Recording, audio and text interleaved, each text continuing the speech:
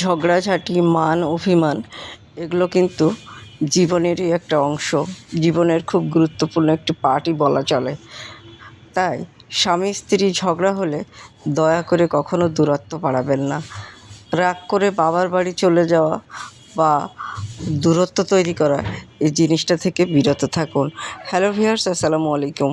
আমি নীলা আপনাদের সবাইকে ওয়েলকাম করছি নতুন আরেকটা ব্লগ ভিডিওতে। আজকের ব্লগ ভিডিওটাও একই রকম, প্রতিদিনের মতো কিছু কথা, কিছু গল্প আপনাদের সাথে শেয়ার করব। কথাগুলো যদি ভালো লাগে শেষ পর্যন্ত সাথে থাকবেন। আজকে যেটা বলছিলাম, স্বামী স্ত্রী ঝগড়া হলেই দয়া করে দূরত্ব বাড়াবেন না। রাগ করে বাবার বাড়ি চলে যাওয়া কিংবা দুজনের মাঝে দূরত্ব বেড়ে যায় এমন কিছু করবেন না। সংসার জীবনে একসাথে থাকতে গেলে মনোমালিন্য, ঝগড়াঝাঁটি, কথা কাটাকাটি এগুলো হবেই, কিন্তু তাই বলে যে দুজনার মাঝে দূরত্ব সৃষ্টি করবেন তা কিন্তু নয়। ঝগড়া হলে রাগ করে 2-1 দিন কেউ কারোর সাথে কথা না বলতেই পারেন, কিন্তু পাশাপাশি থাকলে এক সময় না এক সময় অভিমান ভেঙেই যাবে। আর রাগ করে দুজনের মধ্যে দূরত্ব বাড়ালেই পরস্পরের মনে জেদ বিরাজ করবে, আর এই জেদ থেকেই হতে পারে বড় ধরনের অঘটন। তাছাড়া স্বামী স্ত্রী দুজনার দূরত্ব বেড়ে গেলে তৃতীয় পক্ষেরও আবির্ভাব ঘটার সম্ভাবনা থাকে।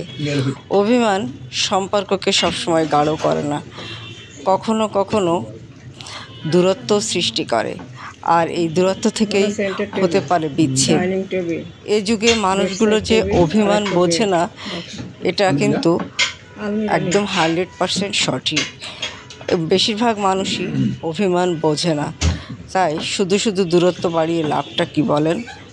যা কিছুই হয়ে যাক না কেন, কখনোই স্বামী স্ত্রী আলাদা থাকবেন না।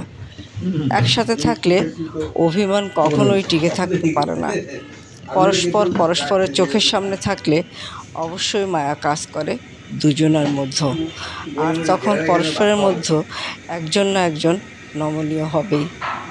সংসার জীবন খুবই ক্রিটিক্যাল, তবে এই ক্রিটিক্যাল জীবন নির্বিঘ্নে পাড়ি দিতে দয়া করে অন্তত সহধর্মিণী কিংবা স্বামীর সাথে দূরত্ব না বাড়িয়ে শত মান অভিমান দুঃখ কষ্টে পাশাপাশি থাকার চেষ্টা করুন। সঙ্গী পাশে থাকলে হাজার দুঃখবোধ অভাববোধ থাকার পরেও মনে শান্তি লাগে, আর পাশে না থাকলে দুনিয়ার সব কিছুই বিশ্রী লাগে। তাই অবশ্যই ঝগড়াঝাঁটি যাই হোক না কেন, কোনো সম্পর্কই দূরত্ব বাড়ানো যাবে না। সম্পর্ক স্বামী স্ত্রীর ভিতরে যে সম্পর্কগুলো আছে, এই সম্পর্কগুলো প্রতিদিন যত্ন নিতে হবে, প্রতিদিন টেক কেয়ার করতে হবে। ছোট ছোট আবেগ অনুভূতিগুলোকে মূল্য দিতে হবে আপনার চাওয়া পাওয়াগুলোকে, আপনার দুঃখ কষ্টগুলোকে।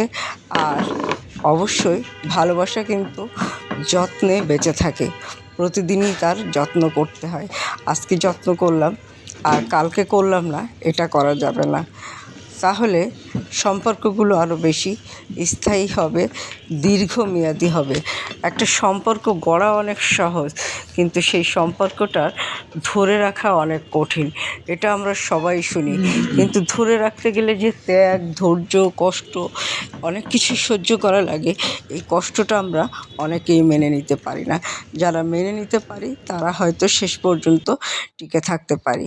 তো যাই হোক, অনেক কথাই বললাম, আর এখন সুন্দর কিছু শাড়ি প্রসঙ্গে চলে যাব। সুন্দর এই শাড়িগুলো কোথায় পাবেন জানেন তো? সুন্দর এই শাড়িগুলো আপনারা পেয়ে যাবেন অদ্রি ফ্যাশন অ্যান্ড লাইফস্টাইলের পেজে। জীবন সুন্দর করে উপভোগ করুন। দুদিনের জীবন, বেশি দুঃখ কষ্ট ঝগড়াঝাঁটি করে লাভ কি? আজ আছেন কাল নাও থাকতে পারেন, তাই এই নির্দিষ্ট সময়ের ভিতরেই আপনি আপনার জীবনটাকে সুন্দরভাবে উপভোগ করার চেষ্টা করুন। জীবনের নির্দিষ্ট কোনো সময় নেই, যে কোনো সময়ই চলে যেতে হতে পারে, কিন্তু যতটুকু সময় আপনি বেঁচে আছেন ততটুকু সময়কেই কাজে লাগান। ভালো সম্পর্ক গড়ে তুলুন, দেখবেন পৃথিবী সুন্দর। আর পৃথিবী সুন্দর হলে আপনার সুন্দর একটা শাড়ি পরতেও কিন্তু মন চাইবে।